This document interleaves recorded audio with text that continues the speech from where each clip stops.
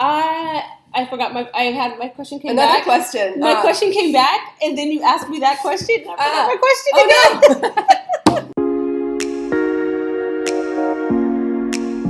Hi guys, welcome back to my channel. I am here with my friend and colleague Rachel. Hi Rachel. Hello. Thank you for joining me on my channel. Rachel, I almost called you Yoga. That's okay. That's okay. You can call me that if you want to. Rachel does trauma-informed yoga, and I thought it would be really, really important to have somebody who does trauma-informed yoga on my channel just to talk about what it is, why it's important, how it helps survivors heal, and benefits, etc., etc. So without further ado, would you mind introducing yourself and Sure. So it's great to. This is fun. You're my first person to interview, so it's exciting. Okay. My name is Rachel, and I am a certified facilitator of trauma sensitive yoga, which is a very special type of or style of yoga, which was developed specifically for helping people who have survived situations of complex trauma, which, for anybody who might not be familiar with that term, it refers to any kind of traumatic situation which takes place between people and in more cases than not is repeated.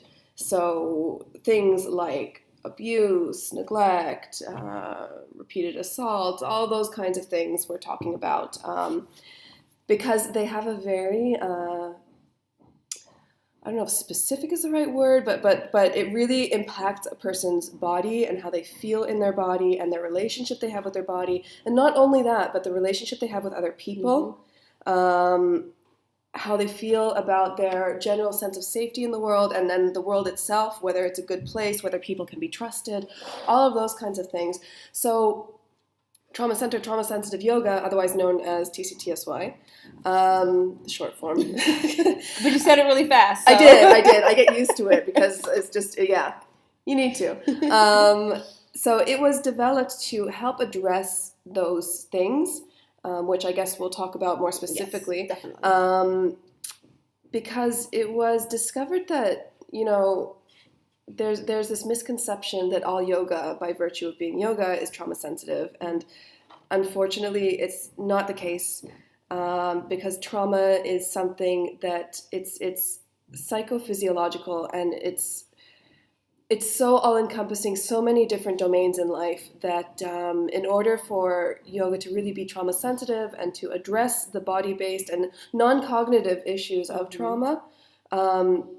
It needs to be modified in a variety of different ways, but so that's what I do. That's what you do. I mean, I think the part you mentioned that was so important was, I talk to my clients about trauma being stored in the body, right? Mm-hmm. So it's like it's trapped in their muscles. When they're in that freeze mode. When you get stressed, you need to.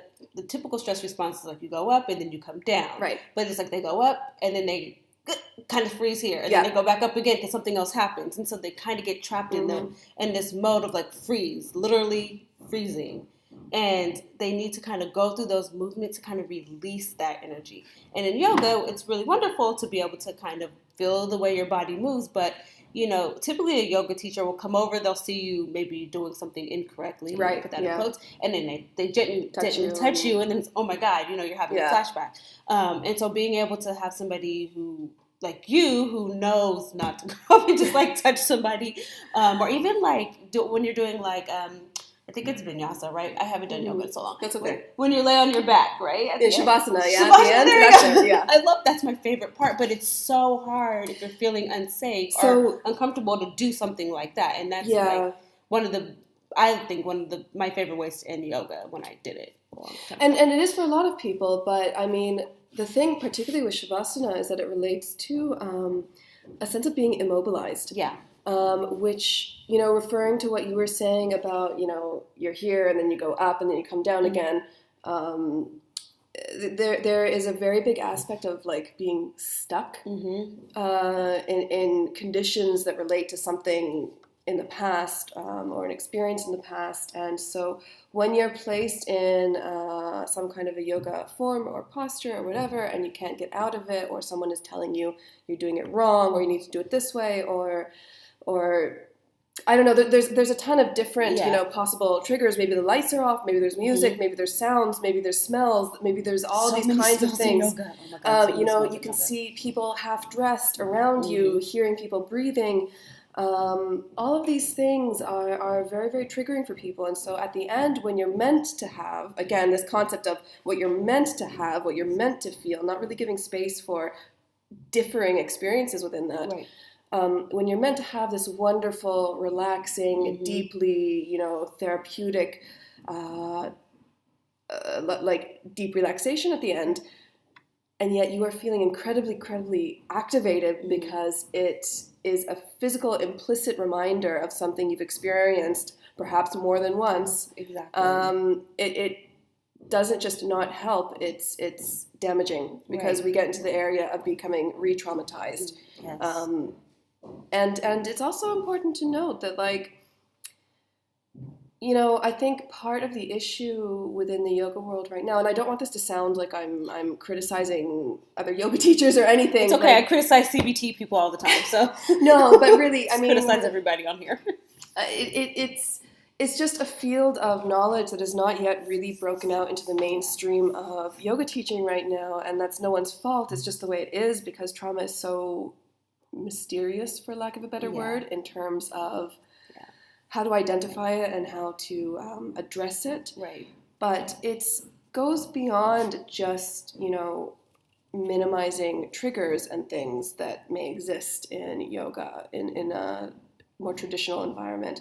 But it goes into areas of how do we facilitate a place and a yoga environment in which someone feels psychologically safe, so to speak, enough that they can begin to reconnect with their body, that they can begin to experience their body on their own terms, without any kind of influence or coercion from me or anybody else in the room. Like feeling more in control and exactly, more empowered. Exactly. And empowerment is really the key word. I mean, Judith Herman, I know. You know her. I know Judith Herman. I mean, Herman. I don't know her personally. I would love to go out for like a coffee with her or something. That would be so nice. All the big wigs. Yeah, right.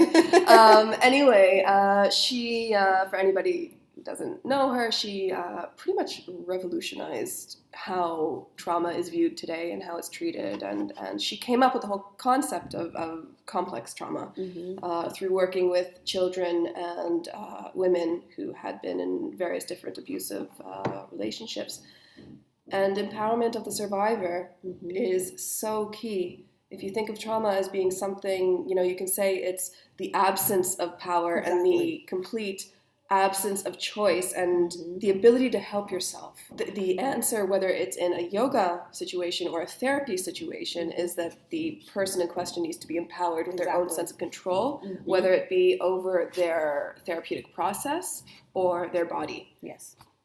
So my question is, what do you do with, like, let's say I'm a client, I come in and I have a history of sexual abuse. Right. And I really want to do yoga. I've heard wonderful things about yoga. What's your process? How do I get started? So after speaking with someone on the phone and just briefly introducing myself and a little bit about how I work, I will normally meet with them one-on-one, unless there's a specific reason why they can't or. Okay. So you don't jump right into the group part? No, I used to do that when I first started, and then I realized that people were getting completely overwhelmed. Yeah. Because I had several instances where some people, 10 minutes is the maximum they can tolerate. Wow. That is the maximum they can tolerate in their bodies. Wow. And then there are other people that are coming for an hour, and it's great for them. So what I do is I meet with people, and in the first kind of private one-on-one, I spend about half an hour, 20 minutes, give or take, explaining, how this is different from normal yoga, how our work together is different. And they, of course, have time to fill out an intake form and a health form. And I don't go into details of what happened in the same way that, you would. Right. But people have the opportunity to tell me, generally speaking, like you said, sexual abuse or whatever. It just gives me a little bit more of a idea of some of the kinds of things that they might be dealing with. And maybe even like how long they could last. So, because they might not know. They might think, I can do a whole hour. And Exactly. And because, we're going into the body, which is, in this case, the source of a person's pain. Because what happens in situations where your body is so violated so repeatedly and so deeply, as is your trust of other people and your ability to feel safe, all of those things are stored, like you said, in the body and remembered in the body in all kinds of visceral sensations, physical sensations that become generalized, that and as a result of those experiences, feeling your body or being in your body can be a very uncomfortable, painful place to be. And so yoga, any kind, this kind as well, really asks you to be in your body. Right. So I explain to them how that works. I explain, that they can stop at any time and give them the opportunity to tell me anything specific that they're facing that they want to address, whether it be issues of, I dissociate a lot, or, these are certain movements or yoga forms that I know are not good for me and I'd like to stay away from them. Okay. And then the second part is just getting up on our feet and doing a bit. Okay. And that really helps people understand, whether they'd like to continue with me privately. Okay. Or entering a group situation. And one thing you mentioned was like you allow for them to kind of tell you when they need to stop. Have you ever had a situation, because I know I do this with my clients, especially my young ones, called attunement. Like I'm noticing that they're getting triggered. So then I say it out loud, like it looks like da-da-da-da-da is happening. And then I allow for them to kind of explore it, or you know what I'm saying? And so do you do something like that with your So I certainly check in with people all the time. Okay. And sometimes, I have to attune myself to what the person wants when they're coming in. Okay. And I have to always kind of defer to having them being in a position to tell me when something is wrong. Okay. Simply because I need to respect, the professional boundaries of yoga teacher versus mental health professional. But I will, if I see someone, struggling in some way, I will say, it looks like, something might be going on here. Would you like to stay with this? Or would you like to do something else? But so you ask them, you give them the choice. But because what I like about kind of what attunement is, like you're noticing what's going on for them because the parts are so disconnected. So being able to say, hey, I noticed this. Do you want to continue or do you want to do something else? It's like you're bringing that to the forefront of their mind. You're linking what's going on in their presence to what's happening. And you're still also giving them the choice to say, yes, I want to continue, or no, I don't. And the last part is like it helps them feel cared for in a way that like maybe they didn't get before. Yeah. So I'm like all about attunement. And there is a lot of attunement in there. And part of that is too, some people come in, they're like, I don't want to talk. Yeah. I don't want to talk. I don't want to say anything. Let's just do this. Yeah. I'll tell you if something is up, but for now, I just want to follow you. Oh, that's great. And that's fine. And that's what I mean by really having them being in a position of control. Exactly. Because if I were to come in and someone to say, like, I don't want to talk, I don't want to, and say, well, actually, let's talk about things. Not helpful. That's a tricky question. So again, we need to be careful with the languaging around this because, and this is just a failure of language. It's just not specific enough. But using trauma-sensitive yoga is a specific methodology and a specific way of facilitating a situation within a yoga atmosphere. And again, I'm using a methodology that was developed over 15 years, more than that even now, by yoga teachers and some of the top trauma researchers and therapists. And so we need to be careful of that versus, perhaps more vinyasa-based practice where the teacher may have done some workshops or whatever to understand some things. And maybe they're a trauma-informed teacher, but the style that they teach is not in and of itself intrinsically trauma-informed. A difference between like trauma-sensitive versus trauma-informed. Like, and that's what I mean. It's like a really fuzzy area in terms of language. Okay. But that brings me to the point of what's, you need to know is that it is very different. Okay. When you are talking about TCTSY and the kind of trauma-sensitive yoga that I facilitate with people, it is a very specific way of practicing yoga that you will not find in studios, simply because it's not appropriate to have in studios. So an average Joe off the street can't go, oh, I'm trauma sensitive. Like, they have to have certifications. Yes, yeah. And you need to check out that the person is certified. Otherwise, they're practicing. And this is something that drives me nuts, too. Yeah. Like, I would never say that I teach prenatal yoga without understanding all the ins and outs of pregnancy. Exactly. Like, it's just too risky. And we're talking about people in very vulnerable positions. That's actually a good question to have now. Do you have music in your classes at all? So, in regular yoga, they do it's always like Indian music. Right, yeah. Well, when I taught Normal Vinyasa, I had like a playlist of just kind of music with no lyrics as much as possible. But generally speaking, there is no music. Okay. Simply because it's something that takes someone's attention outward a bit. Yeah. Especially in these situations where people are cued to they already have their attention going outward all the time. So, we want to take away those kinds of distractions. Also, music means a lot of different things for a lot of different people. True. Yeah.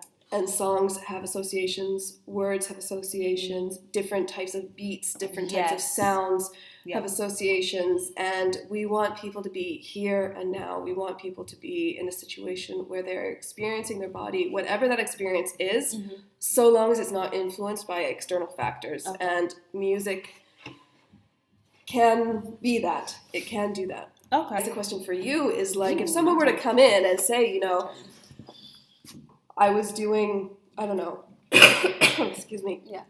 I don't know, say like cat-cow, which is like when it's when you're on all fours and you're extending and curving in your back. Okay. So like, okay, this is my back. It's doing that. Okay. Kind of, yeah. Okay. That was my really great explanation. And I felt incredibly triggered. Okay. But I want to try again. Oh, okay. Wow. So, I mean, what are some ways that you might address that? Interesting. I want to know why they want to continue. Like, what is it that they want to master that position? Is it that they want to explore like, I need to get more information because that's me. Yeah. But like, that's the first thing I would just sort of be like, I'm curious about why you want to try this again, if it was triggering, and then explore what about it was triggering. Was it the actual physical movements that was triggering? Mm-hmm. What was happening just before the trigger? Do they remember what happened after? I mean, I'm asking questions at this point, and I got to dive deep and figure out what's going on. So what if they were to say, like... Yeah, be the client. Like, I just know that, it's something I want to be able to do, and I'm just moving my back and like arching and curling my back in, and I don't understand why, I'm reacting like this, and it's not maybe necessarily that yoga form in and of itself, but just the ability to be able to move my body in a way that I want to. And that's an important part. So being able to move their body in the way that they want, why can't I talk? Being able to move their body in a way that you want to is very important, right? Like, that makes sense. And so I would say if they weren't already going to someone who is trauma-sensitive yoga, I would actually just say, you need to go talk to somebody who's that's trauma-sensitive yoga. Yeah. I refer them to that because I was like, that's somebody who can help you kind of get more comfortable with the movement of your body. Now, I'm going to go with it and go dive deeper, like, well, what happened? Is it something about that sensation? What other parts, like, what feeling did you have? Is it like an uncomfortable feeling, or was it like, did you feel like you were going to die? Like, and how was that linked to other aspects of your life? Because if it's just like, well, I want to be able to move my body. Right, yeah. And I'm like, well, don't talk to the yoga person. I don't know anything about yoga. I don't know if that was helpful, but that's what I would do. Yeah. Somebody came to me, it was like, I just say, like, I have this amount of info. I mean, I work with the body, but not in like the same way as the direct, who's got trauma-sensitive yoga. Like, I'm going to do more of like, we're going to do some attunement, some deep breathing. We're going to help you with grounding. We're going to, we're going to make the links, but in terms of like the physical movement, it's going to be a little bit limited. Yeah. No, but you help them process it in a way that they can understand like what's happening. So I have to ask all the hard questions, actually. Like, I have to dive deep. I'm sorry. No. We might have to like readjust some stuff, but it's like there's meaning behind it. And that's why you're like freezing, or you're wanting to flee, or, and if this is something you really want to do, this, move your body in this way, then we can do the talking part in therapy. You can go to the trauma-sensitive yoga person over here, and hopefully me and the instructor are communicating with like, well, this is what's going with the person's permission, obviously, so that we can kind of help with making the links, because it's all about creating the links. With the trauma, it's like the signals kind of just fizzle out. They have no access to the top part. It's just sort of like trigger response, trauma response, and they're stuck there.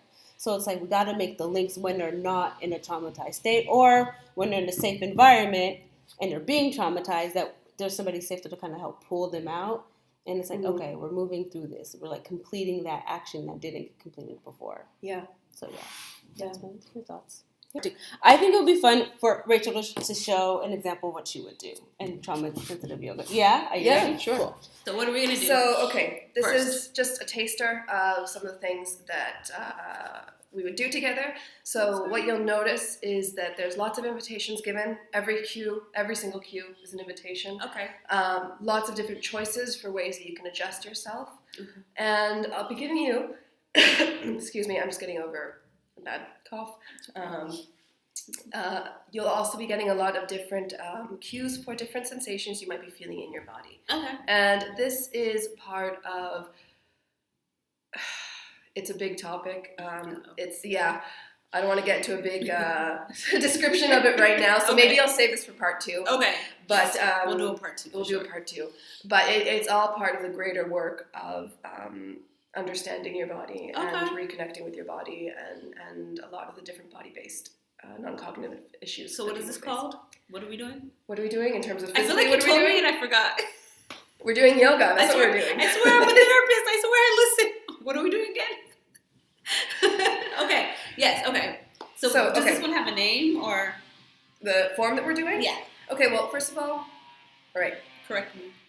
No, it's fine. No, I said correct me if I'm sitting incorrectly. Okay. There's no correct or non-incorrect way of doing it. All right. Already different than regular yoga here. Yeah. Okay. So you're welcome to come to any kind of seated form that you feel is appropriate for you right now. So that could be the way you're sitting right now, which both of us are seated cross-legged, but you can change that. Personally, I'm going to change it because I feel like I would like to sit on my heels. And you can choose whether you'd like to have your eyes closed for this practice or to keep them open. Closed. Likewise, your breathing, you can breathe through your nose or through your mouth, whatever you feel is most appropriate for you right now. And perhaps just to maybe direct your attention to where you feel your body touching the ground. So based on how you're sitting, that might be different. So if you're sitting cross-legged, you might feel pressure maybe of the weight of your body along the backs of your thighs, maybe along your pelvis area. For me, again, I'm sitting on my heels, so I'm feeling the bottoms or the lower legs, my lower legs pressing against the ground. And you're welcome to interact with that, perhaps just moving side to side if you want to. Perhaps noticing the sensation of your weight moving from one side to the other. You can always stop or adjust anything that we do for any reason at any time. And then whenever you're ready, you're welcome to come back to center and perhaps just do a little bit of a neck stretch, maybe just dropping your chin towards your chest. You can drop it all the way or perhaps only a little bit. You're welcome to notice any sensation you feel in the back of your neck. And that might help inform you how far you'd like to drop your chin forward.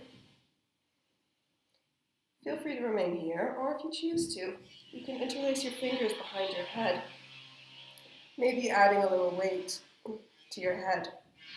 So as you do that, you might notice differing intensity in the back of your neck, maybe even down the middle of your back. You're welcome to breathe. Maybe just being here for a few more moments.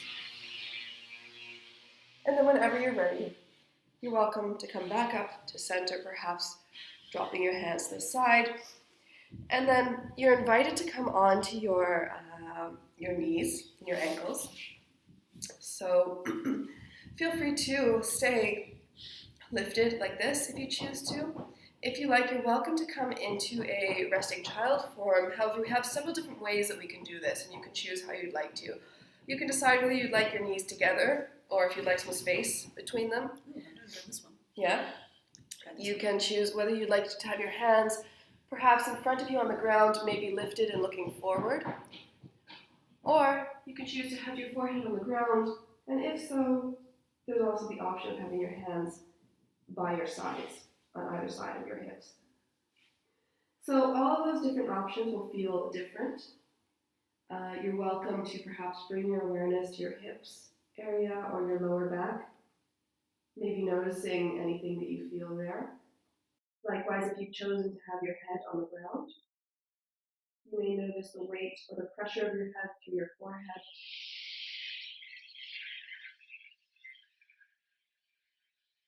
And then in your own time, and of course you're welcome to stay here longer if you choose to stay here longer, however, whenever you feel ready, you're welcome to come back up to a seated form. I don't like that. Yeah. And then in your own time, you're welcome to come, maybe bringing both feet forward in front of you. So since we're on the floor, we'll just perhaps stay on the floor for this next form. And then you can choose. We're going to perhaps experiment with a forward fold. If forward folds are not something you like to do, you're welcome to stay lifted, or perhaps to just reach forward with your upper body. And how far forward you go is up to you. You may choose to go all the way down, maybe grabbing onto your feet or your ankles to help you. Or you may choose to only go halfway. You're welcome to notice any sensation you have in the backs of your legs, maybe even your lower back. And that might help you decide how far forward you'd like to fold. Maybe breathing here. As you breathe, depending on how far forward you've gone, you may feel your stomach against your thighs. And then in your own time, whenever you like, you're invited to come back up to center to a lifted form. So that was just kind of like an out of context, but like a few different yoga forms that we do. And I like that. And that's an example of the kind of cues that you would hear, and there are more. And as you go into it, you know, they differ, and depending on what the person in question can handle, you know, I adjust that. One of the things like I talk with my clients about is like staying regulated, right? Like the art of the layman's terms, kind of being calm, being comfortable, feeling safe in your body, and just being somebody. I mean, I love yoga in general, but like I've never done a trauma sensitive yoga class at all. It's the first time, and I really felt I want to now, even though I don't have trauma, because I felt very regulated in a very different way. Because you were in control. Yeah, that's true. That's really because like it's funny that it never dawned on me, but I was like, I can tell you, like the people who come to me and who I work with, it's a really profound experience for them, because they've been in situations where someone or something has either directly or indirectly been in control of their bodies. And to suddenly be in a position where there's no control and there's, you know, free will to do what you like, for some people that's, you know, enough for them to start feeling a little bit more free. And when I hear, and also like you're talking about trauma-informed yoga, right? So people think, okay, I must have a trauma to go.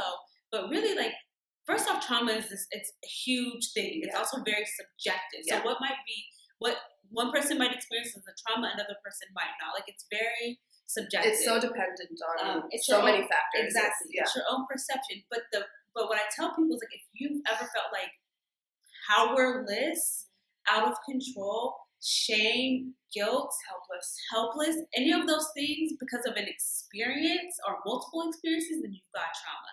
And I think about living a life where like maybe you just had a parent who was very domineering, then you went to like class, people were always telling you what to do, and then you go have a job and someone's telling you so your whole life is people always constantly telling you what to do, and you feel helpless, out of control, you want to speak up, you feel like you can't, you're afraid, etc., etc. Something like this is just so nice where you're like, oh, this is what it it must feel like to just be like at peace, like a nice state of calm where I could feel my body and I wasn't like all up in my head. It just was like, I just feel good, right? And that's what people, I know my clients come in, like, I just feel good. I want to feel happy. I want to feel better. But it's also important, like particularly in trauma-sensitive yoga, to make space for the fact that people may not have that experience. Right. People may come and their experience in their body may be very, very overwhelming and not comfortable. But that might be just a symbol of how they relate to their body and how the process of going through, whether it be trauma-sensitive yoga, whether it be therapy, how those things that they feel in their body, I'm not being very specific, but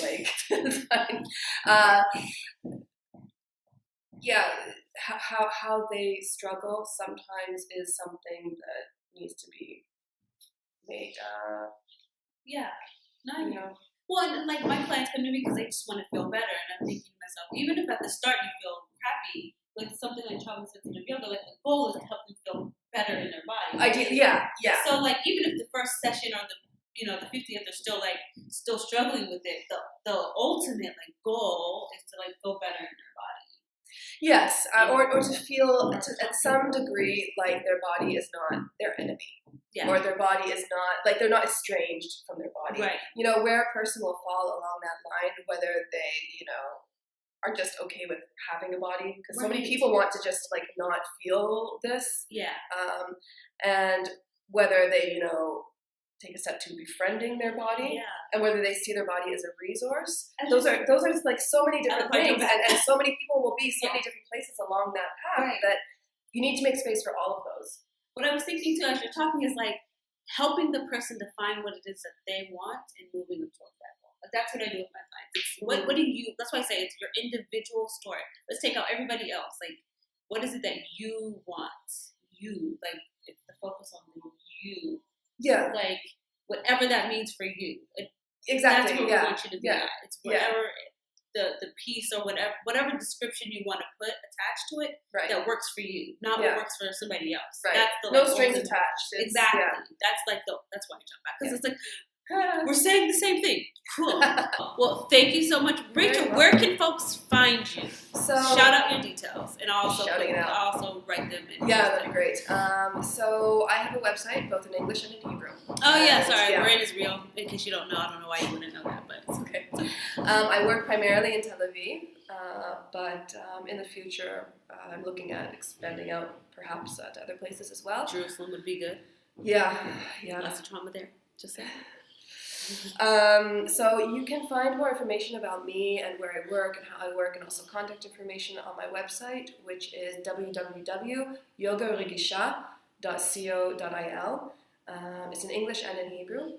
Or you can find me on Facebook if you just search Adler-Oren Trauma-Sensitive Yoga. Perfect. And I will have your details in the description box below. So thank you so much. You're very welcome. This is fun. It was fun. Okay. So I'll see you guys Sunday. Bye.